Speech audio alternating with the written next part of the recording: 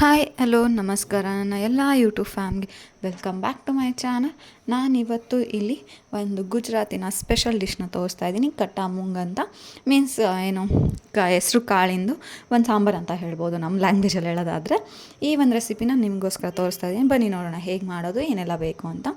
ನಾನಿಲ್ಲಿ ಫಸ್ಟಿಗೆ ಏನು ಮೊಸರು ದೊಡ್ಡ ಬಟ್ಲು ಮೊಸರು ತೊಗೊಂಡಿದ್ದೀನಿ. ಅದಕ್ಕೆ ಅರ್ಧ ಬಟ್ಲು ಕಡಲೆ ಹಿಟ್ಟನ್ನು ತೊಗೊಂಡಿದ್ದೀನಿ. ಇದನ್ನು ನೀಟಾಗಿ ಗಂಟು ಏನೂ ಇಲ್ದಂಗೆ ನೀಟಾಗಿ ಕಲಿಸ್ಕೊಬೇಕು, ಬೀಟ್ ಮಾಡ್ಕೊಬೇಕು, ಕಡಲೆ ಹಿಟ್ಟು ಮೊಸರು ಜೊತೆ ಮಿಕ್ಸ್ ಆಗೋ ಥರ. ಆಮೇಲೆ ಇದನ್ನು ನೋಡ್ಕೊಂಡು ನೀವು ನೀರನ್ನು ಆ್ಯಡ್ ಮಾಡ್ಕೊಬೇಕು. ತುಂಬ ಗಟ್ಟಿ ಇರಬಾರ್ದು, ಏಕೆಂದರೆ ಬೇಯ್ತಾ ಇನ್ನೂ ಗಟ್ಟಿಯಾಗಿ ಹೋಗುತ್ತೆ. ಹಾಗಾಗಿ ಇವಾಗ ಇದನ್ನು ಸ್ವಲ್ಪ ಗಂಟೆನ ಇದ್ದರೆ ಬಿಟ್ಬಿಡೋಣ, ನೆನ್ಕೊಂಡು ಈ ಗಂಟೆಲ್ಲ ಸರಿ ಹೋಗುತ್ತೆ. ಈಗ ನಾನಿಲ್ಲಿ ಹೆಸ್ರು ಕಾಳನ್ನು ಓವರ್ ನೈಟ್ ನೆನೆಸಿ ಬೆಳಗ್ಗೆ 1 ವಿಷಲ್ನ ತೊಗೊಂಡಿದ್ದೀನಿ ಅಷ್ಟೇ, ಜಾಸ್ತಿ ತೊಗೊಂಡಿಲ್ಲ, ಮೆತ್ತೆ ಆಗಿಬಿಡುತ್ತೆ ಅದಕ್ಕೆ ಆ ಕಾರಣಕ್ಕೆ. ಈಗ ಅದಾದಮೇಲೆ ನೆಕ್ಸ್ಟ್ ಇಲ್ಲಿ ನಾನು ಒಂದು ಬಾಣಲಿನ ಬಿಸಿಗೆ ಇಟ್ಕೊಂಡಿದ್ದೀನಿ.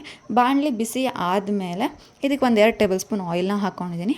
ಆಯಿಲ್ ಬಿಸಿ ಆದಮೇಲೆ ಇದಕ್ಕೆ ಸಾಸಿವೆ, ಜೀರಿಗೆ, ಒಣಮೆಣಸಿನ್ಕಾಯಿ, ಹಸಿಮೆಣಸಿನ್ಕಾಯಿ, ಇಂಗು, ಕರಿಬೇವಿನ ಸೊಪ್ಪು, ಹಾಗೆ ಸ್ವಲ್ಪ ಅರಿಶಿಣದ ಪುಡಿ, 7-8 ಎಸ್ಲು ಬೆಳ್ಳುಳ್ಳಿ ಚೆನ್ನಾಗಿ ಕುಟ್ಟಿದ್ದೀನಿ.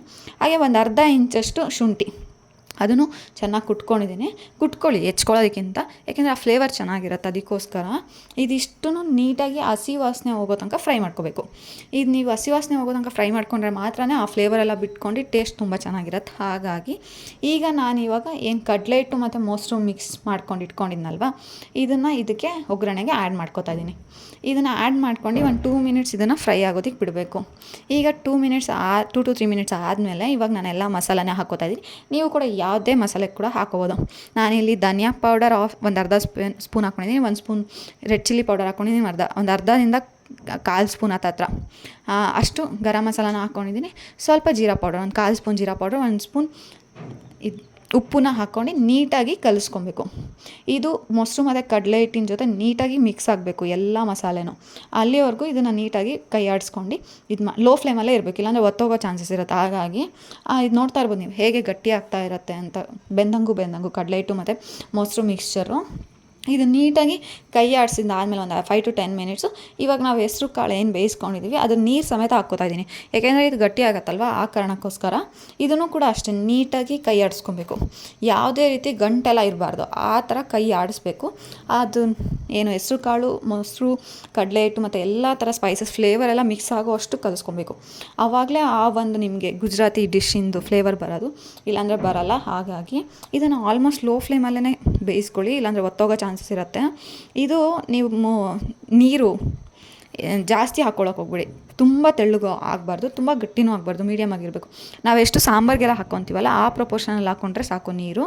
ಇದು ಸ್ವಲ್ಪ ಗಟ್ಟಿಯೇ ಆಗುತ್ತೆ, ನೋಡ್ತಾ ಇರ್ಬೋದು ನೀವು ಹೇಗೆ ಕುದ್ದ ಮೇಲೆ ಚೆಂದ ಗಟ್ಟಿ ಆಗುತ್ತೆ ಅಂತ.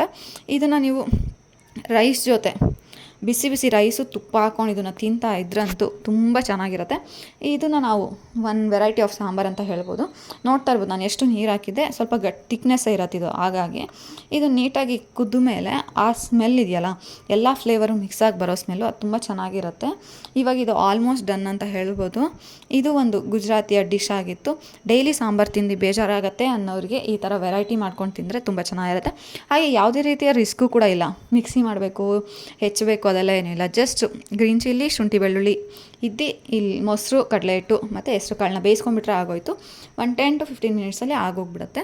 ಇದು ಒಂದು ಡಿಫ್ರೆಂಟ್ ಸಾಂಬಾರು ರೆಸಿಪಿ ಆಗಿತ್ತು. ನಿಮಗೆಲ್ಲ ಇಷ್ಟ ಆಗಿದೆ ಅಂತ ಅಂದ್ಕೊಳ್ತೀನಿ. ಇಷ್ಟ ಆಗಿದೆ ಲೈಕ್ ಮಾಡಿ. ಹಾಗೆ ನನ್ನ ಚಾನಲ್ನ ಇನ್ನು ಯಾರು ಸಬ್ಸ್ಕ್ರೈಬ್ ಆಗಿಲ್ಲ ದಯವಿಟ್ಟು ಸಬ್ಸ್ಕ್ರೈಬ್ ಆಗಿ, ನಿಮ್ಮ ಫ್ಯಾಮಿಲಿ ಫ್ರೆಂಡ್ಸ್ಗೂ ನನ್ನ ಚಾನಲ್ನ ಶೇರ್ ಮಾಡಿ ಸಬ್ಸ್ಕ್ರೈಬ್ ಆಗೋದಕ್ಕೆ ಹೇಳಿ.